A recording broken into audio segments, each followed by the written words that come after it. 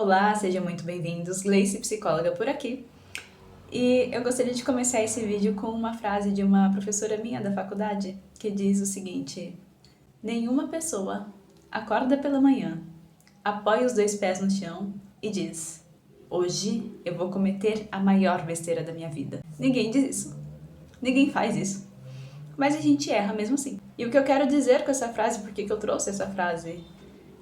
Nós temos uma tendência a acreditar que a gente é aquilo que a gente faz. E isso gera sofrimento, obviamente, porque se eu faço algo errado, logo isso significa que eu sou uma pessoa ruim. Mas vamos pensar de uma maneira um pouquinho mais prática. Se você comete um erro, você tem um problema para resolver. Se você começa a se sentir uma pessoa horrível por conta deste erro, meus parabéns, agora você tem 2 problemas para resolver. O erro que você cometeu e a sensação ruim, né, que vem desses pensamentos que você passa a ter sobre si mesmo. Nós somos criados numa cultura de punição, né? Então, quando você é criança lá e comete algum erro, quebra alguma coisa, vem o seu responsável, seus pais, cuidadores, e eles vão te punir por este erro. Via de regra, assim, né? Não vou dizer que todo mundo, mas parte considerável das pessoas sofrem dessa forma. E você, ao ser punido, né? Você é classificado como culpado por aquele erro cometido, né? Você é responsabilizado por aquilo através do sentimento de culpa, né? Através de um castigo, de uma punição física até. E nós somos crianças adultas, né? A gente cresce. Só que aí, quando a gente cresce, não tem mais uma outra pessoa que vai nos culpar pelo erro que a gente cometeu. Mas nós já internalizamos que a gente merece ser castigado de alguma forma. Então a gente mesmo passa a se culpar, né? A gente mesmo passa a se chicotear ali. Essa sensação de culpa dá a falsa percepção de que a gente está fazendo algo a respeito do erro cometido, quando na verdade nós não estamos fazendo absolutamente nada. Então, perdoar a si mesmo, por incrível que pareça, tem um caminho um pouco diferente do que a gente está acostumado a fazer. Não é pensar algo ruim sobre nós ou refletir sobre o quanto nós somos pessoas horríveis ou algo do gênero. É o caminho contrário, é um caminho de acolhimento. Que também não significa passar a mão na própria cabeça. Não é minimizar o erro, veja bem, né? Não é negar o erro, mas é compreender o erro, compreender o que está por trás deste erro. É tirar o drama por trás do erro cometido. Olhar para a situação de uma forma mais prática. Né? Então, ok, eu cometi um erro. Na prática, se tiver como consertar, conserte, né? Se tiver que pedir desculpa, peça. Antes de tudo, reconheça. Aliás, reconhecer um erro já é um sinal de maturidade muito grande. Então, eu deixo aqui a minha sugestão como uma forma mais eficiente de lidar com os nossos próprios erros. Que é, primeiro, não entrar nesse lugar de se chicotear, né? Não entrar nesse lugar da culpa.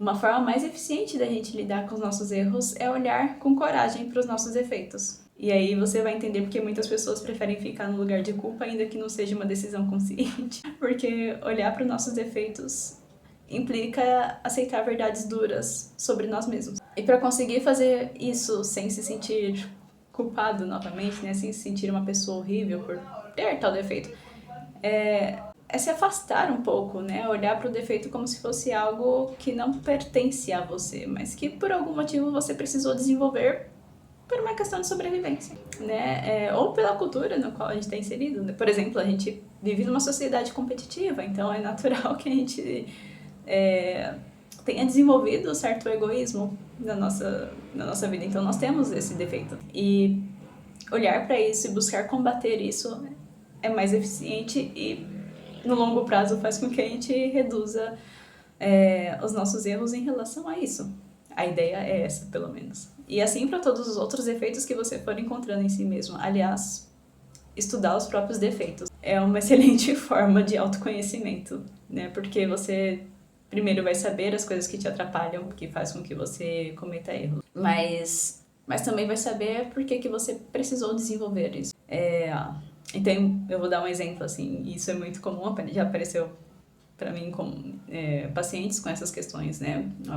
Pacientes, de forma geral, muito explosivos, né? Muito irritados de alguma forma, né? Que se estressam muito fácil, que explodem muito fácil, que acabam falando o que não quer falar, chateiam as pessoas, acabam se prejudicando até profissionalmente por ter esse comportamento mais explosivo mesmo. E aí você vai observando assim, a história de vida da pessoa, você percebe que, por exemplo, essa pessoa durante a infância ali, a adolescência, sofria muita negligência, né? Ou sofria muito desprezo de alguma forma pela família, né? Não era ouvido ou, né, não se sentia acolhido ali. E para conseguir a atenção que precisava, né, para conseguir com que as pessoas olhassem para ele, precisava gritar. Então a pessoa aprendeu que no grito as pessoas prestam atenção, né? No grito as pessoas aprendem a me respeitar. E aí a pessoa desenvolveu isso, óbvio, né? A gente cresce, crianças crescem. E a pessoa passa a reproduzir este comportamento, né? Porque não conhece outra forma de se ouvir. E isso é muito cruel, isso é uma dor. Então quando eu falo que perdoar a si mesmo tem mais a ver com autoacolhimento, né? Com uma compaixão mesmo, por si mesmo, do que com chicotear-se. É nesse sentido, né? Eu olho para os meus defeitos não para me classificar como uma pessoa ruim, mas eu olho para os meus defeitos para buscar me entender por que eu precisei desenvolver isso, para entender que esse defeito não sou eu, está em mim, mas não sou eu. E, acima disso, eu buscar combater esse defeito, né? Combater de que forma? Não é na força do ódio, não, né? Buscar parar de reproduzir este defeito, já que eu sei que isso é um problema. E é importante que isso seja feito dessa forma, justamente para você não cometer os mesmos erros. Eu deixo essa sugestão, deixo esse convite. Buscar ser mais acolhedor consigo mesmo traz um outro presente muito grande, que eu acho que é importante frisar aqui nesse vídeo antes de encerrá-lo, né? Que é a gente passa a compreender melhor o erro dos outros também. Né? Se a partir do momento que eu começo a ter mais facilidade de me perdoar, eu passo a perdoar os outros com facilidade, porque também eu consigo compreender que eles estão naquela luta deles também com os próprios defeitos. Eu começo a ter compaixão pelas pessoas. Não é tão simples, né? Mas é um exercício. Se a gente se propor a fazer, a gente tende a melhorar muito como ser humano, para nós e para o mundo. Então, é esse minha sugestão aqui, essa reflexão que eu queria trazer. Um forte abraço.